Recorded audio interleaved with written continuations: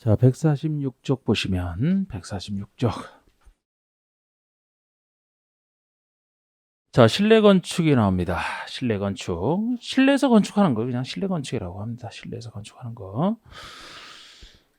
건축물의 실내를 안전하고 쾌적하며 효율적으로 사용하기 위해서 내부 공간을 칸막이로 구획하든지 벽지, 천장 여러 가지 재료나 장식물을 설치하는 거. 실내에서 건축하는 거. 고층 건축물. 고층이라고 하면 고3이다 이렇게 했던 거. 고3 30층 이상.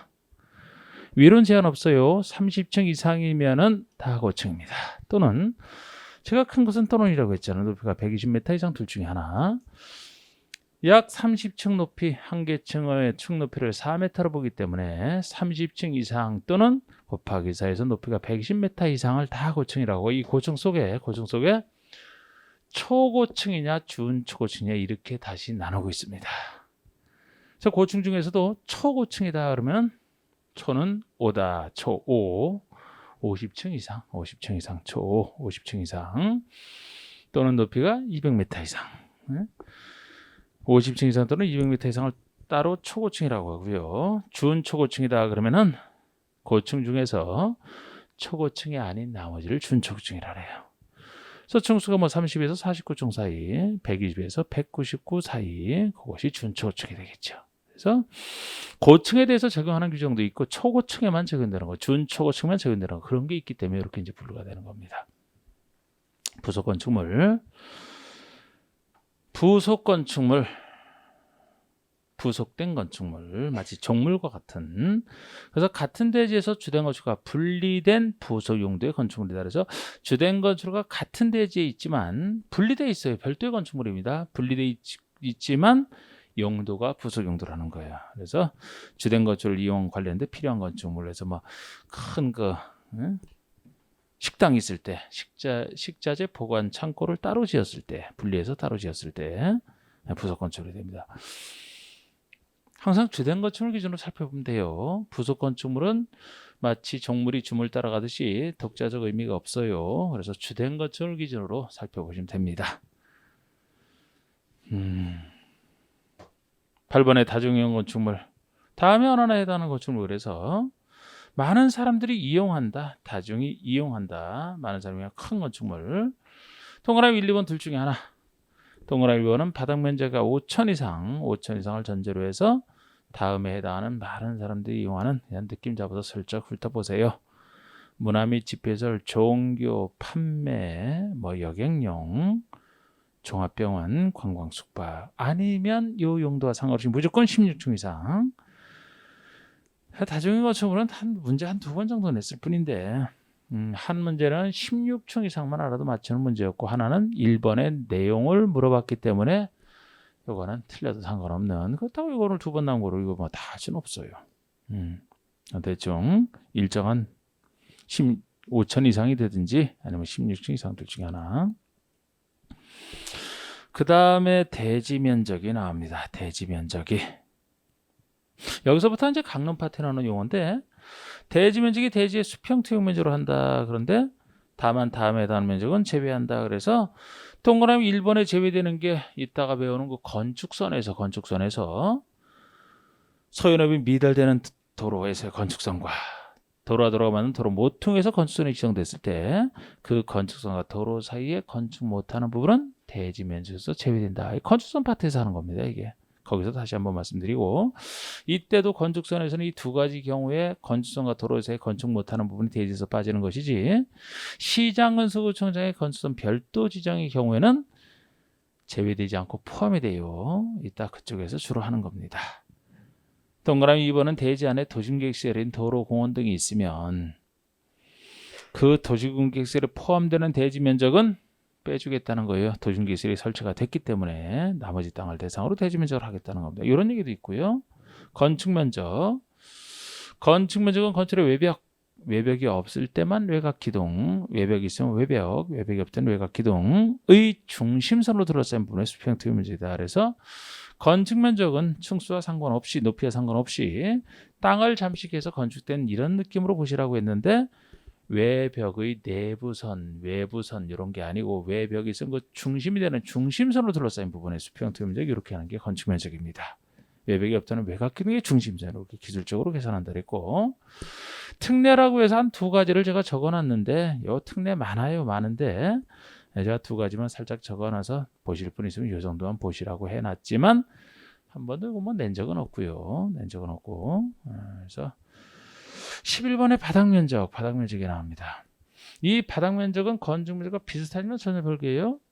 바닥의 면적을 얘기합니다. 그리고 우리가 바닥이라는 것은 각 층마다 있는 걸 바닥이라 해요. 그래서 각 층마다 있는 그 바닥의 면적을 얘기합니다. 중심선으로 계산하는 건 같아요. 그런데 여기는 건축의 각 층 또는 그 일부로서 각 층마다 계산하는 한 개 층을 나눠서 쓰게 되면 그 일부마다 계산되는 각 층이나 그 일부마다 계산되는 벽, 기둥, 기타 이와 유사한 구역이 역시 중심선으로 둘러싼 부분의 수평 투입 면적이 바닥 면적인데 다만 다음의 경우는 다음 기준에 따라 산정한다 해서 또 쭉 나와 있어 또 쭉 나와 있어요. 그런데 요 쭉 나와 있는 것도 제가 일부만 소개하는 거예요. 일부만. 그나마 아까 건축 면적의 예외는 낸 적이 없지만 이 11번의 바닥 면적의 예외는 낸 적은 있어요. 이건 낸 적은 있어요. 한 뭐 그래야 뭐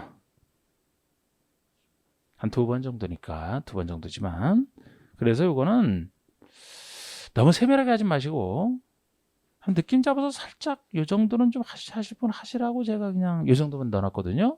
지금까지 요 정도에서만 나왔으니까 부담 없이 한번 봅시다. 부담 없이.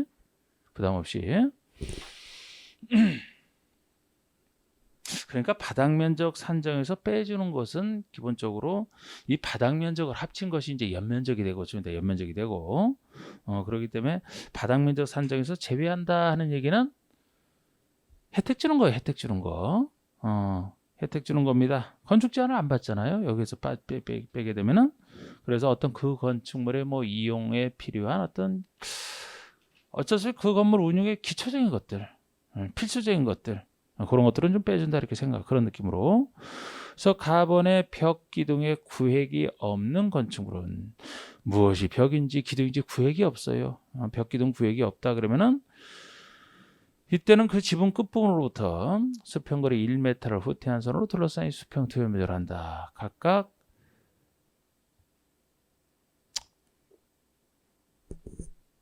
아까 우리 뭐 벽이 있으면 그 벽의 중심선을 이렇게 계산하는데 벽 기둥에 구획이 없기 때문에 지붕 끝에서부터 1m를 후퇴한 선으로 둘러싸인 부분에 수평 투입 면적을 한다. 상상이 돼요? 어이고 그러십니까? 다음번에 건축물의 노대 등의 바닥은 난간 등의 설치 여부와 관계없이 노대 등의 면적에서 노대 등이 접한 가장 긴 외벽에 접한 길이의 1.5를 곱한 값을 뺀 면적을 바닥 면적에 산입한다. 이것도 상상이 됩니까? 안 돼요 이거는? 건축법에서 이렇게 특이한 것들 내면 그러니까 대책이 없다니까. 에이구. 이자 외벽을 그렸어요. 제가 바깥의 벽을 이 외벽의 중심선으로 계산한다 그랬잖아. 각층 바닥 면적 할 때 중심선으로 이렇게 둘러싸이면 이쪽에도 벽이 있다라면 중심선으로 둘러싸이면 이렇게 계산하는데 여기 나와 있는 부분 이게 노대예요. 노대. 옆에서 봤을 때 나와 있는 부분 베란다 막 이런 거 다 노대에 들어가요. 노대. 바깥에 그러니까 외벽 바깥에 설치되어 있는 거 이게 노대라고 합니다. 노대. 노대라고 하는데 원래 계산은 바닥 면적은 이렇게 계산되잖아. 이 안쪽으로 계산되는 거죠, 그죠? 이 밖에 되는 거 원래 계산이 안 되는데 전혀 계산을 안 할 수는 없고 원래는 계산이 안 되지만 일부는 계산에 넣겠다는 거, 일부는 안 넣고. 그래서 이때는 지금 읽었던 것처럼 이 노대 등의 면적에서 노대 등의 면적이 이제 가로 세로 이 면적이 있지 않습니까? 이 면적에서 이 노대 등이 벽에 가장 길게 접한 부분. 거기다가 1.5를 곱한 값을 노대 면적에서 뺀 부분, 그걸 뺀 부분만 그럼 일부만 바닥 면적에 산입이 된다는 거예요. 다 산입되는 게 아니고 그래서 이것도 여기서 뭐 가장 긴 외벽에 접한 길이 1.5를 곱한 값을 뺀다 이런 건 물어본 적은 없어요. 단지 어떻게 물어봤느냐? 노대 등의 면적은 전부를 바닥 면적에 산입한다 이렇게 해서 틀리긴 했던. 네? 노대 등의 면적은 전부를 다 산입하는 게 아니고 이 중에 원래는 계산 안 들어가는데 그렇게 계산이 안 들어간다면 막 다 설치할 거 아닙니까? 너무 바깥으로 막 빼면 어떻게 해? 그래서 일부는 산입을 하겠다는 거예요. 그래서 전부를 산입하는 게 아니라는 겁니다. 그 일부만 산입하겠다는 겁니다. 그래야 통제가 되지.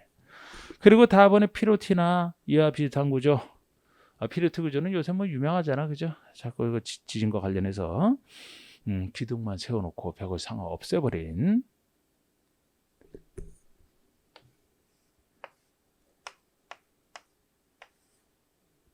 피로티 구조.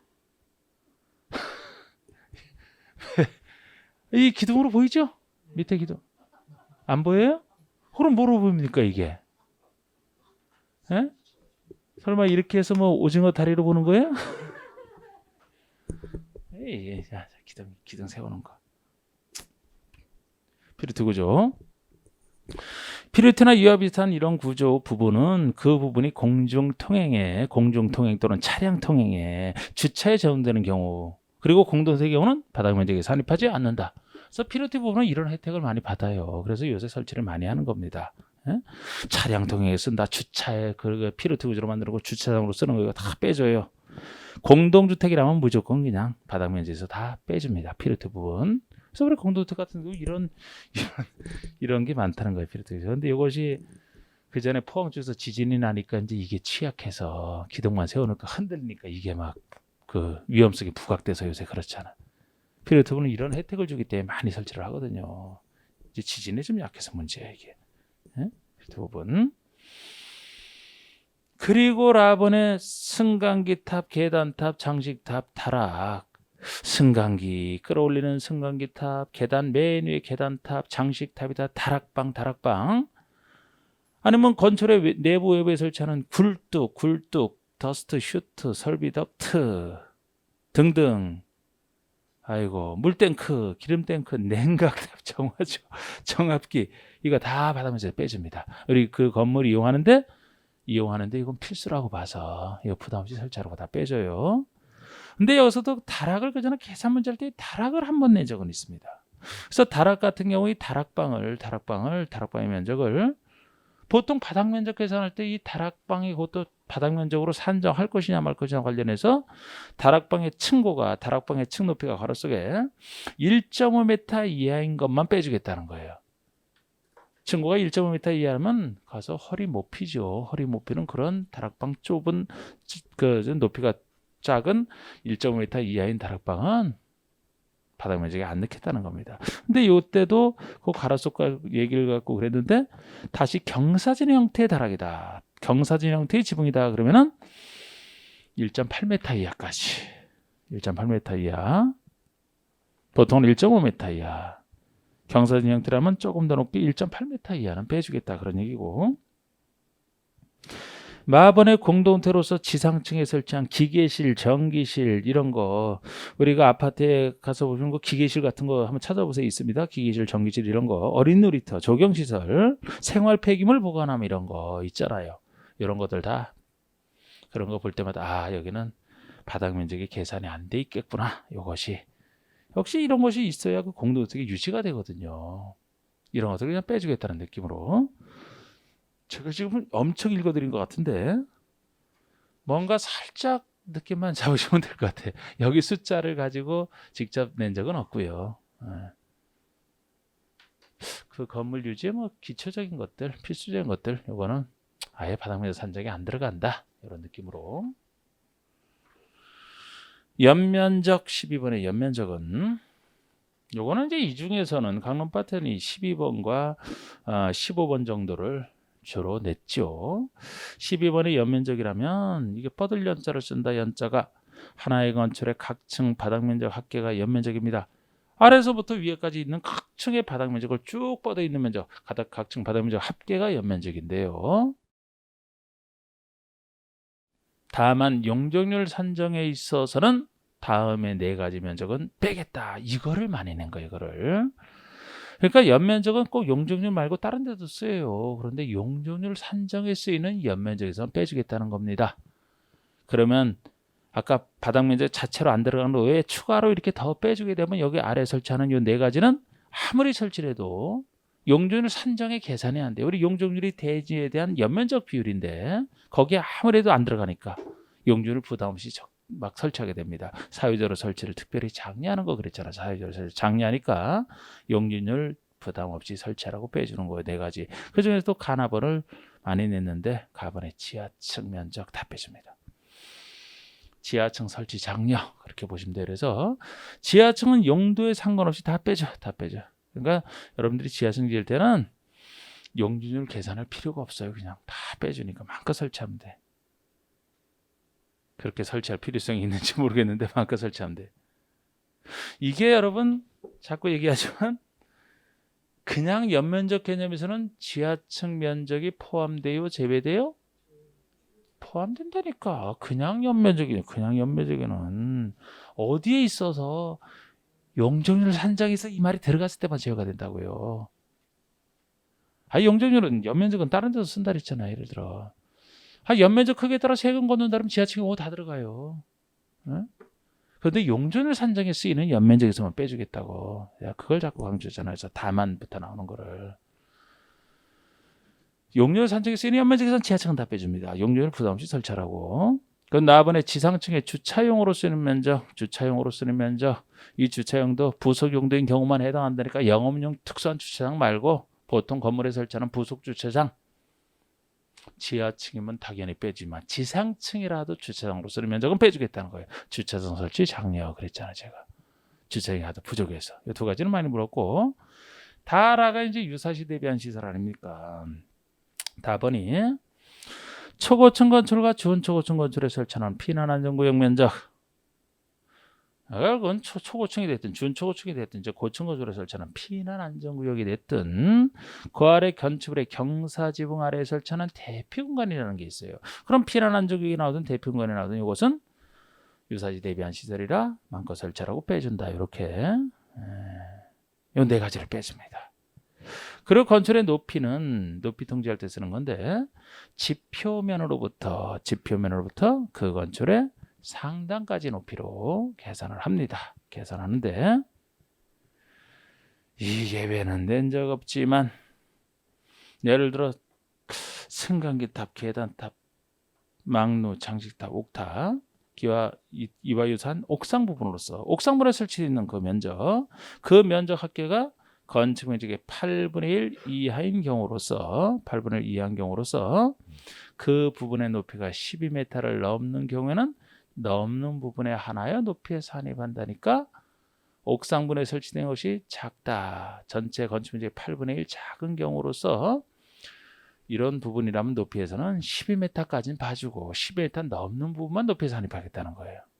아직 낸 적은 없어요. 낸 적은 없는데 여기서 이제 그 옥상 부분의 면적 합친 것이 건축주의 8분의 1이야 작게 따지는 것은 그 많이 나왔던 15번의 층수에서도 층수 제외되는 것은 똑같이 혜택 주는 건데 이건 높이 산정. 이거 아직 낸 적은 없는데 이게 혹시 또 나온다 했을 때 예를 들어 건축의 높이라면은 여기서부터 여기 상단까지 높이로 하거든요. 이게 건축의 높이로 보거든요. 원칙. 근데 예를 들어 여기 저 첨탑 같은 거 세울 때 한번 생각을 해봐요. 첨탑, 교회 첨탑.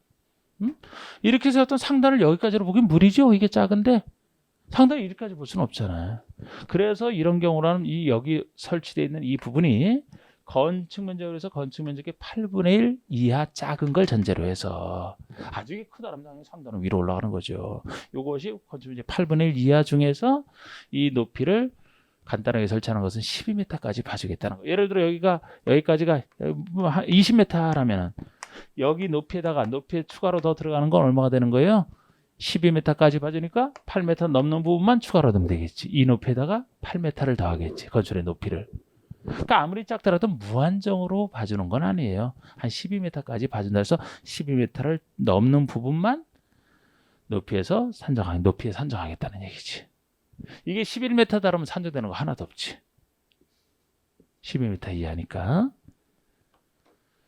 계산 문제를 낼 수도 있지만 이건 낸 적은 없다 그랬잖아요. 제가. 낸다라면 이렇게 생각하시면 돼요. 이거를 냈을 때 이거를 8분의 2인 건 당연히 전제로 해서 물어보겠지. 크면은 상단이 이렇게 되니까. 이걸 전제로 해서 이제 얼마까지 산입하느냐. 이거 할 게 너무 많아서 이거까지도 하기 싫어요. 그러면 뭐 글쎄 잘 나온 거 12번, 15번이라 그랬잖아요. 14번의 층고는 층의 높이를 높을 꽂자잖아. 층 높이. 방의 바닥고치의 윗면, 여러분들이 밟고 있는 바닥고치의 윗면에서부터 위층 바닥고치의 윗면까지 높이로 합니다. 이게 한 계층의 층고예요. 층수는 층의 수 몇 층짜리냐 하는 건데 층수 제한에서 나오는 얘기 아닙니까? 층수대로 계산하면 돼. 층수대로 계산하면 되는데 층수에 산입 안 하는 거 두 가지. 층수에 산입 안 되는 거. 1번이 아까 옥상 부분에 설치는 거 작은 옥상 부분. 그럼 옥상층을 층수에서 빼겠다는 겁니다. 승강기, 타배당, 계단탑, 막루, 장시타, 옥탑 등 건축물의 옥상 부분으로서 그 면적 합친 것이 건축 면적의 8분의 1 이하라면, 이것도 전용지 85 이하는 좀 더 이렇게 6분의 1 이하죠. 그냥 8분의 1 이하 작은 것은 덕립층으로 안 보겠다는 얘기, 옥상층으로 안 보겠다는 얘기고, 지하층은 원래 층수에서 빠지는 겁니다. 그래서 층수 계산할 때가 지상층하고 계산을 해요. 지하층은 원래 빠지는 겁니다. 지하층 역시 층수 제한에 걸리질 않아요. 그래서 아까 용주연 산정에서도 빠진다라고, 여기서도 빠집니다.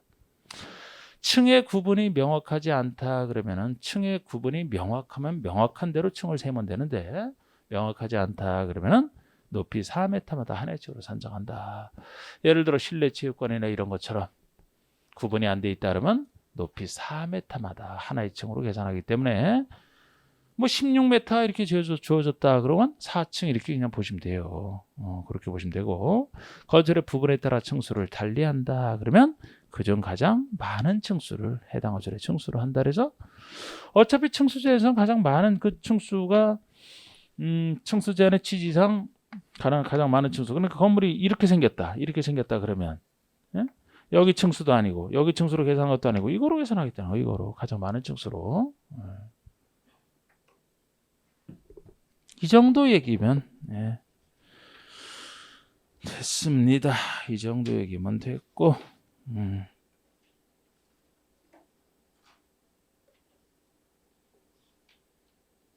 건축 절차, 이제 건축 절차.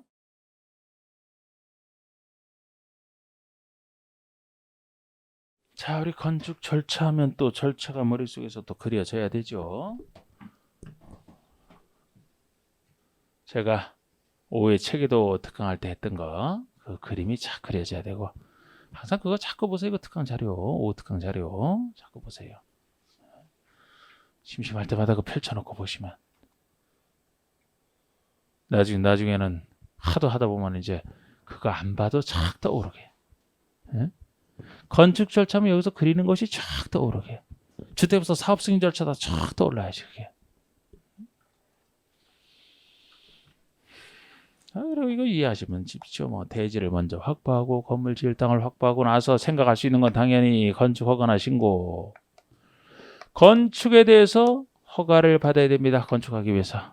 근데 여기서 다른 게 이제 건축과 대수는 둘 다 다른 데로 있잖아요. 용도 변경은 별도였죠. 그래서 건축이나 대수선 할 때 허가를 받는 겁니다. 근데 여기에 대한 예외로서 가벼운 건축 대수선은 신고만으로 충분하다. 그래서 원칙이 허가인데 가벼운 신고가 무엇이냐 구별하는 거 잘 내죠. 이것도 잘 내는 겁니다. 작년에도 냈고요.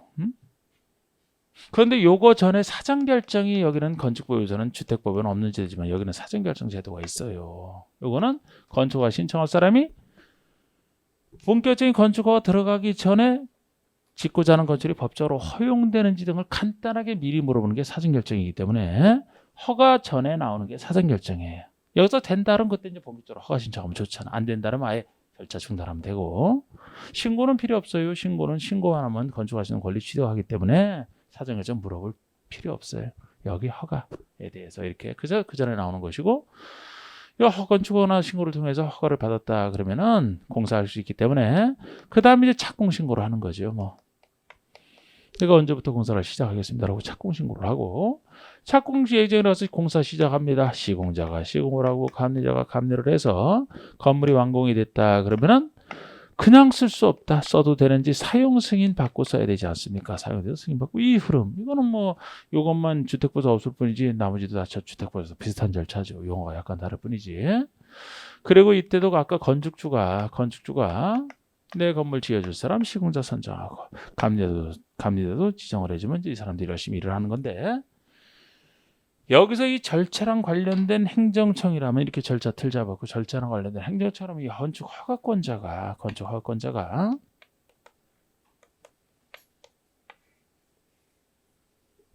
다요, 다. 여기 절차랑 관련된 행정은 건축허가권자가 다 한다 그랬습니다.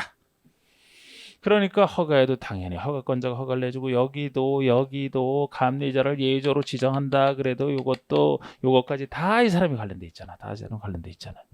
그래서 이 관련돼 있다는 걸 틀을 잡아두시면 예를 들어 사전결정 누가 아까 신청한다 그랬어요. 건축허가를 받고 싶은 사람이 신고 아니고 건축허가를 받고자 하는 자가 누구에게 허가권자에게 신청하면 이 사람이 사전결정을 내주고 건축허가는 원래 이 사람이 내주고 요것도 건축주가 언제 공사를 하겠습니다. 요거를 누구에게? 이 사람에게 신고하는 거예요. 이 사람에게. 사용 승인도 건축자가 공사를 완료하고 나서 이 사람에게 신청하면 허가권자가 사용 승인 다 허가권자란 말이에요. 그리고 이 유명한 허가권자가 원칙이 여기서 건물 하나 지을 때도 이 사람이니까 자치자치는 원래 그 행정처 시장구청장이잖아. 그러니까 지금 건축 허가 신고를 다루고 있지만 아까는 용도 변경 절차를 했었고 뭐 건축부에 나오는 건축물 대장을 관리할 사람이든 뭐든 가설 건축을 허가 신고든 다 이 사람이다 이 사람. 행정청 뭐 이런 식으로 정리하면 되잖아요. 기술 제재장 작은 일이니까 이 사람이 하는 거예요 대부분. 그런데 여기서도 건축 대수선도 아니고 신고도 아니고 건축 허가 중에서도 대형 건축물 지을 때만 이 사람 대신에 특별시장, 광역시장에 등장하는 특별한 예외가 존재하는 거죠. 다른 데서는 다 이 사람만이고 건축법에서는. 그래서 제가 요거 얘기했던 게 대형 건축물 항상 예외. 제가 여기서 대형이라고 하는 게 대형 건축물 지을 텐데 이것이 층수가 얼마 이상이에요? 21층 이상, 21층 이상이 되든지 또는 연면적 10만 제곱미터 이상이 되든지 이런 큰 거. 물론 여기 속해도 21층 이상 10만 이상이고 뭐 증축할 때는 기존 연면적 30% 이상 증축해서 이렇게 될 때 얘기도 있지만 특히 아무리 여기 속해도 공장이나 창고는 제외. 공장 창고는 원래 넓은 것이라 공장 창고는 제외. 이 얘기만 해도 한참 나온 거란 말이에요. 이것도. 자주 나왔어요. 그러니까 공장 창고 제외된다는 것은 원칙으로 들어간다는 얘기예요. 원칙으로. 그래서 이런 대형 건축을 특별시 광역시 도에서 지을 때 어떻게 하느냐. 특별시 광역에서 짓는다 그러면은 특별시 광역시 밑에 있는 다른 것은 구청장이 다 허가를 내주지만 요거만큼은 구청장이 아니고 특별시장, 광역시장이 내주는. 이 사람이 허가 줘야 되는 게 특이한 겁니다. 여기 서울 특별시장만 해도 특별시장이 할 일이 얼마나 많습니까? 조그만 일을 할 사람이 아니지. 예? 여기 수많은 건축허가 신고를 특별시장이 하는 게 아니지 구청장이 하는 구청장. 구청장에도 엄청 바쁠 겁니다. 근데 이 사람이 나서는 거다 이거 큰 거. 잠실 롯데월드 누구 허가를 받아서 지었을까요? 잠실 롯데월드? 예? 국장이요? 무슨 국장이나 허가권자는 이게 다라고 했는데. 그래 특별시장 했어요?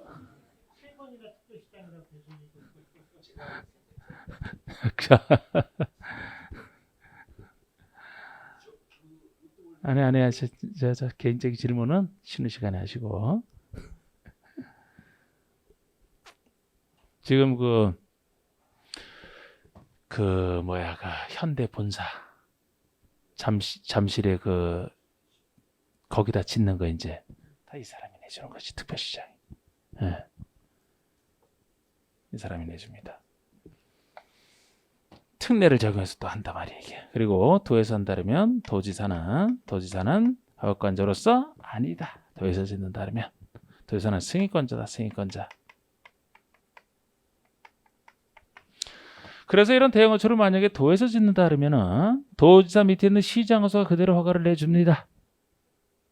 그런데 다른 건축물 차이가 다른 건축물은 시장에서가 도지사 승인 없이 독자적으로 내주면 됩니다만 대형 건축물이면 도지사 승인을 미리 받고 도지사 승인을 받은 다음에 이 사람이 내주는 거예요. 차이점. 그래서 도지사는 이제 승인권, 도지사 승인 대상이 무엇이 되는지도 잘 냈어요. 잘 냈는데 아예 그거를 잘 해놨는데 이거를 도지사가 허가를 내준다 그런 순간 틀리는 겁니다. 사유를 많이 물어봤지만 시장수가 허가를 내주는데 도지사 승인 대상이에요. 승인 대상. 그리고 도지사 승인 대상은 요거 외에도 이제 추가적으로 두 가지가 더 있잖아. 그죠? 자연환경 수질보 또는 주거환경 교육 좀 이따 보시고 그 차이점까지도 이렇게 이제 틀 잡고 하는 거. 이게 기본 틀이에요. 기본 틀이고 여기에 대해서 이제 이렇게 틀을 생각한 상태에서 뭐 이제 신고 대상은 따로 이제 공부하셔야 되고, 뭐 건축허가나 신고 다음에 이제 착공신고로 착공하게 돼 있는데 착수 기한이 언제냐 이런 것들 여기 관련된 것들이 이제 하나하나 물어볼 때마다 이 틀이 생각이 나야 예를 들어 사전 결정 문제 보러도 이게 요거 전에 여기서도 이거 언제까지 해야 되는지 뭐 이런 것들이 이 틀 속에서 생각이 나야 돼요. 그러면 헷갈립니다. 자 보시고 149쪽에 먼저 사전 결정부터 나오고 있어요. 양갈 1번에 건축에 대한 입지 및 규모의 사전 결정. 그래서 동그라미 1번에 건축 허가 대상 건축물을 건축하려는 자는 건축을 신청하기 전에 허가권자에게 그 건축의 건축에 대한 다음 사항에 대한 사전 결정을 신청할 수 있다. 누가 신청하느냐? 허가 대상 건축을 건축하려는 자잖아. 혹시 그걸 신고 대상 건축물을 건축하려는 자? 아닙니다. 허가 대상 건축허가 신청하기 전에 누구에게? 허가권자에게 사전 결정을 신청할 수 있다. 세 가지 간단한 거. 해당 대지에 건축하는 것이 이 법이나 관계법령에서 허용되는지 여부, 법적으로 허용되는지, 허용된다면 2번에 해당 대지에 건축 가능한 건축의 규모 어느 정도까지 가능한지, 그리고 허가를 받기 위해서 신청자가 고려될 사항 이 정도까지만 물어볼 수 있어요.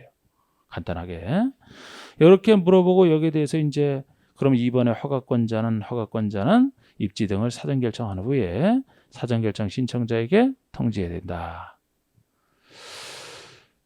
뭐 7일 내에 송부한다는 얘기도 있지만 규칙에 불과하니까 보실 분은 알아서 보시고 3번 허가권자는 사전 결정으로 의제되는 사항에 대한 사전 결정을 하려면 관계 행정위원장과 협의해야 된다. 자 4번 사전 결정을 통지받은 경우는 다음에 허가를 받거나 신고, 협의한 것으로 본다. 그래서 사전 결정만 통지를 받아도 받은 것으로 보는 게 4가지가 있어요. 근데 요거를 작년에 좀 어렵게 한번 냈어요. 그냥. 지금까지는 문제가 3번 나왔는데 사전 결정이 3번 정도밖에 안 되니까 제가 별표 하나인데 3번은 비교적 적은데요. 5번만 알면 맞히는 문제가 2번이나 다 5번만 알면 맞히는 문제가 정답 지문. 5번 요게 한두 문제 나왔는데 작년 것은 4번을 냈으니까 이제 어려운 거란 말이야. 작년 중에서는. 그것도 4번 예외까지 알아야 됐기 때문에. 근데 이건 이제 작년에만 낸 거예요. 작년에만 낸 건데. 건축허가를 나중에 받게 되면은 한 30 몇 가지가 의제되는데 그건 제가 써놓지도 않았단 말이에요. 그냥. 건축허가로 의제되는 거. 그런데 사전 결정만 간단하게 봤을 때 4가지가 의제되는 것은 그래서 평소에 잘 안 나오는 건데 작년에 나온 건데요. 이렇습니다. 일단 4가지 보시면 국계보선 개발인허가 받은 것으로 봐요. 국계보선 개발인허가 받은 것으로 보고 니은 디귿번의 산지 전용 허가 등이나 농지 전용 허가 등도 받은 것으로 봅니다. 그래서 요거는 그나마 좀 사전 결정 받으면 좀 쓸모 있다 하는 게 농지나 산지인 상태에서는 원래 건물 못 짓는데 건물을 지으려면 전용조차를 밟아야 되는데 그 전용 등을 받은 것으로 보니까 본격적인 건축허가 신청하기 전에 일단 농지나 산지에 대해서 이제 지을 수 있는지를 확인할 수 있어요. 이거를 이용하는 것은. 그래서 농지 산지 허가 의지되는 것을 본다는데 거긴 니은번에 산지관리법에 한 산지 전용이나 전용 신고 등에서 이렇게 적어놨지만 다만 보전산지다 그러면은 도시지역에 있는 보전산지에 대해서만 이렇게 의지된다. 요거를 바꿔서 냈단 말이에요. 안 그래도 원칙만 내도 이게 그렇게 평사지 잘 내는 건 아닌데 예외를 바꿔서 그러면 산지 중에서도 보전산지는 보존할 필요성이 매우 큰 산지를 얘기해요. 그러니까 함부로 이건 개발해서는 안 된다고 봐서 보는 땅인데 어느 때 의제가 되느냐? 도시지역에 있는 보전산지만. 그러면 보전산지만 도시지역이면 상대적으로 개발할 땅이기 때문에 보전산지 가치가 떨어지는 거예요. 보존할 가치가 떨어진다고 봐서 사전 결정만 받아도 산지 전용 허가 등을 받은 것으로 본다 이렇게 하는 거예요. 그래서 보존산지는 도시지역이 아닌 비도시지역에 있다라면 사전 결정만 갖고서 산지 전용 허가 받은 것으로 의제가 안 되는 거예요. 그럼 따로 전용 허가를 신청해야 되는 겁니다. 보통 산지라면 다 그런데 보존산지일 때만 도시지역에 있는 보존산지만 하나요. 이거를 가지고 디귿번에 농지 전용 허가 등 받은 것으로 보고요. 리을번에 하천 점용 허가까지 받은 것으로 봅니다. 이 4가지인데 적어도 건축안은 아니다. 훨씬 간단한 절차이기 때문에 건축허가를 받은 것으로 본다면 뭐 사전 결정했다고 해서 건축허가 받은 것으로 보면 뭐 아예 신나지 안 됩니다. 건축허가는 대표로 의제가 안 되기 때문에 따로 신청해야 되는데 5번이에요. 사전 결정 신청자는 사전 결정을 통지받은 때로부터 2년 내 건축허가를 신청해야 되며 동기간 내에 건축허가를 신청하지 아니하는 경우에는 사전 결정 효력이 상실된다. 2년 내 건축허가를 따로 신청해야 됩니다. 2년 내. 한 번은 맞는 지문에서 이걸 그대로 맞는 지문 찾아라. 이거 정답이었고. 2년 전에는 이거 틀리게 낼 때 2년은 맞게 해놓고 틀린 답 찾아라 하면서 2년 맞게 해놓고 건축허가 대신에 착공신고를 눌러서 틀리게 했든 착공신고를 눌러서 틀리게 됐든 사전결정 받고 나서 2년 내 착공신고 말이 안 되죠. 착공신고를 받으려면 사전결정으로 건축허가 의제했다는 얘기인데 아니지. 사전결정 다음에는 2년 내 건축허가를 따로 신청해야 되는데 착공신고라서 틀리겠다. 그래서 숫자 문제는 아니었고요. 5번이 제일 많이 나왔던 지문입니다. 그 기간 내 건축허가 신청 안 하면 사전결정 효력이 상실된다. 자, 남겨보세요. 2번에 건축 및 대손의 허가. 방금 1번에 건축하거나 대수선하고자 하는 자. 건축이나 대수선할 때 둘 다. 자치시, 자치도의사, 시장군수구청장의 허가잖아요. 허가권자는 이 사람이 원칙. 근데 그 아래 보시면 예외 두 가지가 나오지 않습니까? 2번에 특별시장 광역시장의 허가. 구청장이 아니고 특별시장 광역시장 허가를 내주는 특별시 광역시에서 다음 건축물을 건축시 가번에 21층 이상 또는 10만 이상. 근데 거기서 가로수게 공장, 창고 등은 제외. 공장, 창고 등은 제외. 그래서 공장, 창고가 제외된다는 걸 참 많이 냈다 그랬습니다. 공장, 창고 꼭 기억하시고 여기서 제외된다는 것은 구청장 허가를 받으라는 얘기지. 특별시장, 광역시장이 아니고 구청장 허가 이렇게 되는 겁니다. 그리고 나번에 연면적 10분의 3 이상 증축을 해서 층수가 21층 또는 10만 이상 되는 경우 증축을 해서 기존 건축을 증축할 때는 적어도 30% 조금 작다는 기준 중에 하나에 30% 요것보다는 커야 된다는 거예요. 그래서 기존 연면적 30% 이상 증축을 해서 21층 이상 또는 연면적 10만 이상이 되는 경우에 증축만 얘기하는 겁니다. 그리고 3번 보시면 도지사 사전 승인이라고 해서 도에서 건축할 때 얘기인데 시장은수는 다음의 건축물을 허가하는 경우 미리 도지사 승인을 얻어야 된다. 시장은수가 허가예요. 근데 도지사 승인을 얻어서 허가를 내줘라. 도지사 승인 대상을 얘기하겠습니다. 도에서 있는 거 아까 간합은 똑같아요. 도에서 있는 걸 전제로 해서지 아까 대형 건축물 똑같은데 추가로 더돼 있는 다번, 라번의 목적에 따른 차이까지도 아셔야 됩니다. 다번은 자연환경 또는 수질 보호 목적. 자연환경이나 수질을 보호하는 게 목적입니다. 그래서 우리 한강의 상수원보호가 목적이라 그랬죠, 그죠? 그래서 한강 중상류의 뭐 청평가평에 그 무분별하게 개발되는 걸 막아야 한강물이 깨끗해지기 때문에 옛날에 시장에서 혼자내줬지만 지금은 도지사 승인 통해서 통제한다 이렇게 했던 거. 그래서 자연환경 수질 보호가 목적이고 도지사가 미리 지정 공고하는 구역을 전제로 하는 것은 다라가 똑같아요. 당연히 똑같은데. 다번에서는 3층 이상 또는 1000 이상이 들어간다는 거. 그러니까 자연환경이나 수질을 망칠 정도라면 너무 작은 것은 관련 없다고 보고 조금 커야 된다는 거예요. 3층 이상 또는 1000 이상. 우리 건축에서는 적어도 3층부터를 조금 높은 층수로 3층 이상, 2층까지를 낮게 보고요. 3층 이상부터. 그리고 1000 이상. 연면적 1000 이상, 조금 넓거나 조금 높거나 3층 이상 또는 1000 이상, 1000 이상 이 정도를 전제로 해서 위락시설, 숙박시설. 근데 위락시설, 숙박시설은 건축법에서는 제일 많이 통제받는 두 가지 시설이 위락시설, 숙박시설이에요. 통제받는다는 거에 약방의 감축격으로 들어간다 이렇게 보시면 돼. 그래서 위락시설, 숙박시설은 당연하다 보시면 되고 그리고 다른 걸 한다면 공동주택입니다. 단독주택도 기본적으로 살 집이니까 이것도 어쩔 수 없다고 보고 사실상 자연환경 해치지 않는다고 보고 공동주택 정도가 되면은 자연환경이나 수질에 해가 된다. 이 정도가 되어야 공동주택. 그리고 일반 음식점이 들어갑니다. 일반 음식점이 1, 2종 근생 중에서는 일반 음식점 하나만 들어가는 거예요. 일반 음식점. 근데 일반 음식점에 음식에다 술까지 파는 거 그래서 뭐 각종 청평가평에 각종 그 카페 이런 게 다 여기 들어간다 그랬잖아요. 그래서 일반 음식점을 주로 통제하기 위해서 나온 제도입니다. 이게 일반 음식점. 더 험한 위락적 수법은 당연히 통제가 일반 음식점. 그리고 일반 업무시설 정도까지입니다. 이렇게 자꾸 살펴보셔야 되고 라번의 주거환경, 교육환경 등 주변 환경 보호상 필요하다고 인정하여 주거환경이나 교육환경을 보호하겠다는 거예요. 목적이 도서가 지정권한 구역은 똑같은데요. 위락시설, 숙박시설만 나옵니다. 사실 다른 것이 주거환경, 교육환경을 망치는 건 없잖아요. 아까랑 비교해 보시면 공동택의 주거환경을 망치겠습니까? 일반 음식점이나 일반 업무시설을 망치겠어요? 교육환경 이런 것은 위락시설, 숙박시설이 제일 문제가 되죠. 예? 이런 게 있으면 그 환경을 망치니까요. 그 대신 요거는 3시간 1000 이상도 없다라는 거.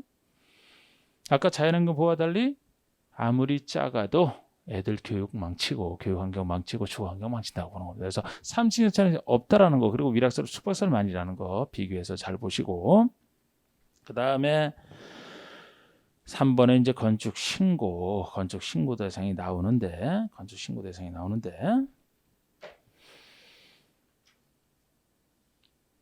방금 1번 신고 대상 허가 대상 건축이라 하더라도 다음 경우에는 미리 시장운수구청장에게 신고함으로써 허가받은 것으로 해서 신고 대상은 뭐 이렇게 시장운수구청장밖에 없는데요. 신고하면 허가받은 것으로 본다 이렇게 표현을 해요. 그러니까 신고만으로 된다는 겁니다. 결국 허가받은 것으로 보니까요. 신고 대상 이렇게 표현하는데 이게 다소 많지만 안 할 수가 없어요. 안 할 수가 없고 제가 뭐 기본 잡아드렸던 거 있잖아요.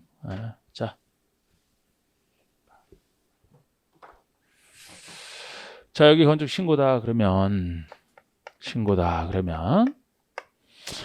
건축 허가가 건축이나 대수선할 때 허가이기 때문에 여기 신고도 건축에 있어서 대수선에 있어서 건축과 대수선에 있어서 신고를 구별해서 보셔야 돼요. 자 우리 건축에 있어서는 보통 100이야. 100제곱미터 이하의 건축 이렇게 얘기를 합니다. 이건 이제 0에 나와 있는 얘기 중에 하나인데 이게 이제 연면적 100이야. 연면적이 각층 바닥면적 합계죠. 그죠? 합친 그 연면적이 100 이하의 100을 기준으로 해서 요 작은 것들은 이걸 작다고 봐서 신고 대상 100 이하. 근데 요 100을 기준으로 해서 요보다 좀 더 작은 거 커도 85 이하 따지는 거. 바닥면적 합계 85 이하 따지는 것이 건축 중에서 증축, 개축, 재축이야. 증축, 개축, 재축. 그래서 건축 중에서 증축, 개축, 재축은 85 이하를 가볍게 보기 때문에 여기 100 이하라고 한 것은 이제 이걸 뺀 주로 신축 등에 쓰는 게 이제 100 이하가 됩니다. 주로 신축할 때는 100 이하, 증축, 개축, 재축은 85 이하가 신고다. 이렇게 이게 기본 틀이자. 이거 요새는 이거 낸다 하면 이제 100 이하 따지는 것도 막 1층 얼마, 2층 얼마 이렇게 얘기하기도 해요. 1층 바닥면적 얼마, 2층 바닥면적 얼마인 건축물에 건축하면서 그럼 1, 2층 건축물 그 바닥면적 합친 게 연면적 아닙니까? 합쳐서 바로 100이 앉아서 따져주면 돼요. 그냥. 이건 어디에 짓든지 상관없이 신고가 되는데 요거 일정 부분 일정 부분 아니다 하더라도 넘었을 때까지 신고가 되는 게 200제곱미터 미만이고 200 미만이고 층수가 3층 미만인 건축물 작다는 것은 둘 다 작아야 돼요. 둘 다 갖춰야 됩니다. 면적도 200 미만이니까 199제곱미터까지 3층 미만이니까 2층까지를 얘기하는 거예요. 2층까지. 아까 3층 이상은 좀 더 큰 거라고 했잖아. 2층까지를 작게 봐서 200 미만이고 3층 미만인 이런 건축물이라면 어디서 짓는지에 따라서 허가 신고가 결정되기 때문에 특히 잘 주의해서 보셔야 됩니다.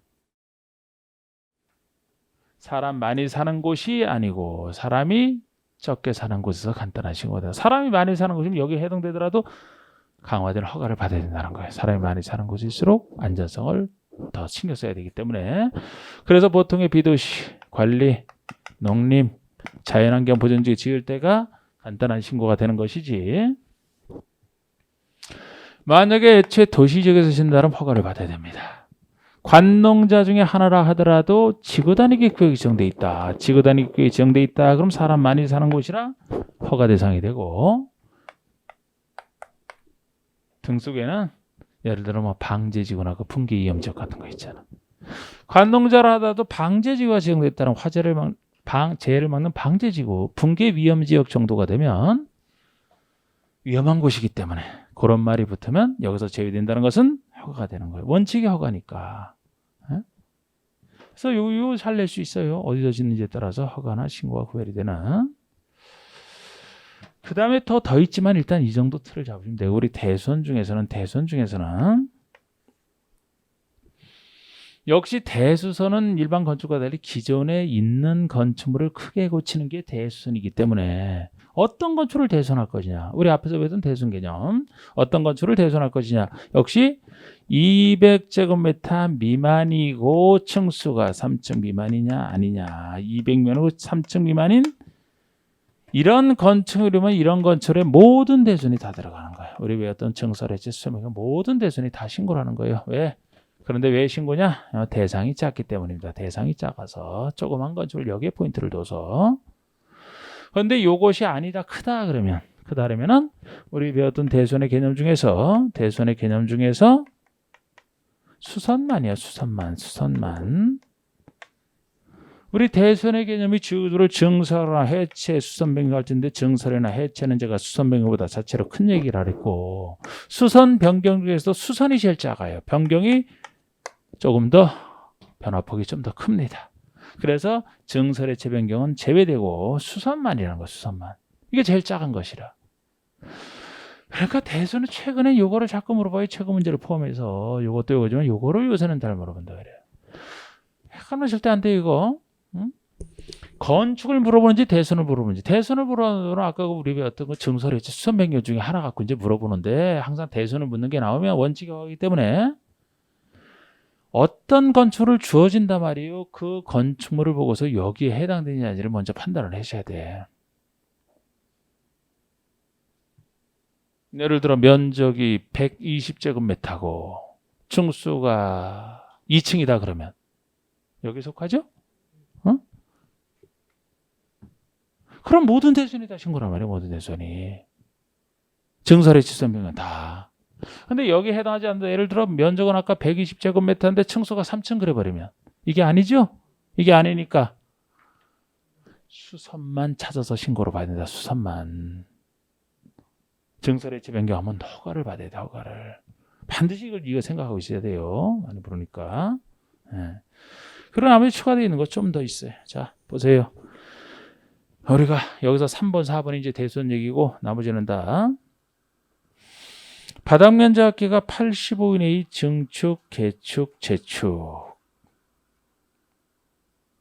물론 이것도 85 이내의 증축, 개축, 재축인데 다만 가지고 예를 잘 안 내지만 혹시 3층 이상이다 그런 건축물이라면은 그 증축, 개축, 재축 부분이 전체 연면적의 10분의 1 이내 작은 경우만 따로 한정한다는 얘기도 붙어 있습니다.